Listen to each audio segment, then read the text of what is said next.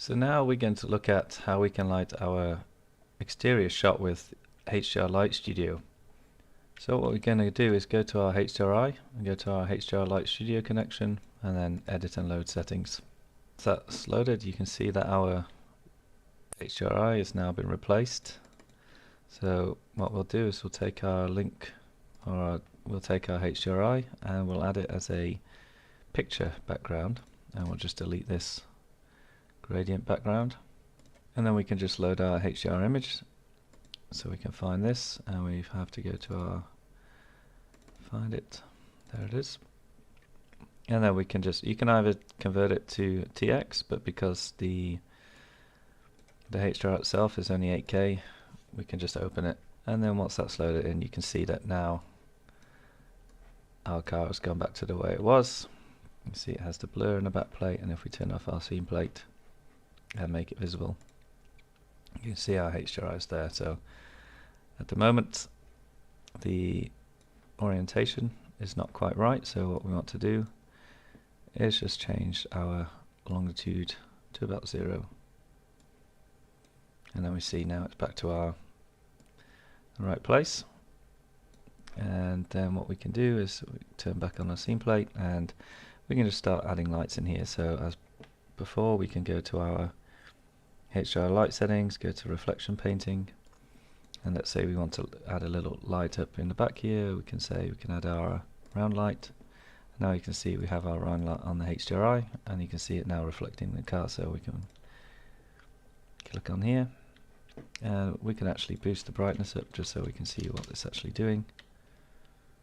Let's say 500, and now you can see the light is reflecting the car. So and what we just want to do here is maybe just bring that, make that a little bit wider so you get a little bit more around the back. Let's get really wide, and then of course we can bring our brightness back down to like maybe 100, and then now you can see we have a little bit light reflecting around there. And let's say we wanted to add some more light around the side, we could then just go into our gradient, and you can see in the light there's the alpha channel that's there, so you don't get any black reflections. And we can go to our rotation, let's just turn this 180 degrees, and then maybe we can click around here, and maybe we can just drop the brightness down a little bit. And yeah, we can see we get a little bit more lightness on the side of the car, and we can also play around with the height and the width. Just to have a little bit more light on the side of the car. And for example with the sun, if we wanted to play with that, we could actually create another light, and we can turn these off just so we can see what it's doing. And then we can zoom into our sun and then just move our light towards the sun, and then we can play around with the blend mode and say amplify or invert, and then we can actually sort of darken the exposure around the sun. So that can be nice if parts are a bit overexposed. As you can see now, it's just dropping the exposure around that point there. So and of course you can feather this out and maybe just play around with the height and the width, and yeah, you can play with the gradient and adjust that to your needs. And you could say maybe just a little bit so it's not too blown out, or maybe 250. And yeah, so it's really versatile, and you can really edit your HDRI and just add more sort of lights and parts that can really help out the car and very quickly.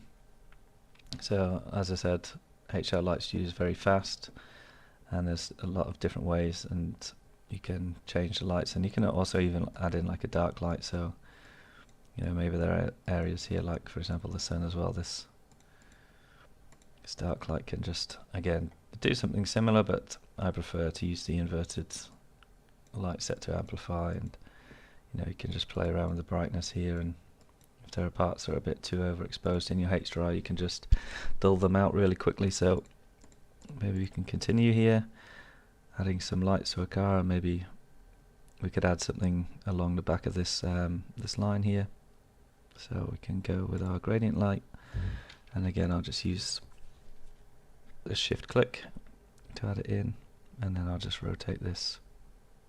Actually no, you know what, I'm going to go with a round light, and then I'm going to set the mode to half, and then sort of just place that around, bring it down about here, and then just change the width, bring it right out.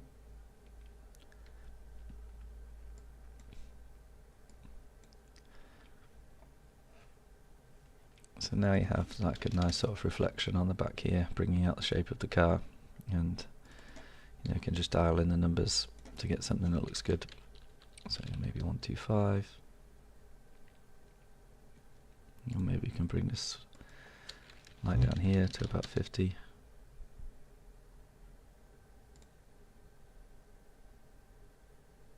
Or we could just leave it off.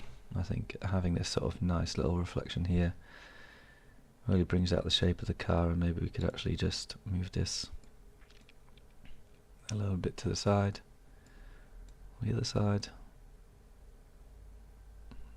and there you can see it's really nice, and we can maybe just bump up the width to push it a little bit more. And as you can see, it's just like really bringing out the shape of the car, and it looks really nice.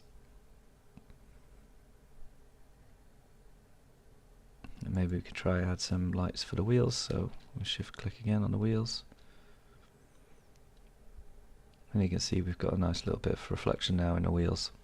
But of course the downside of this is that you don't have any light link set, so these lights you can see it is reflected in the body panel, which generally we don't want, but I think here it's actually adds a little bit more light to the car, so this is looking nice, and as you can see the wheels are reflecting really nice now.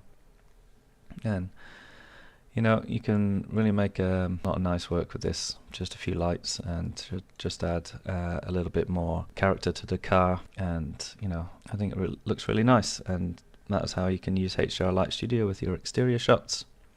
I'll see you in the next one.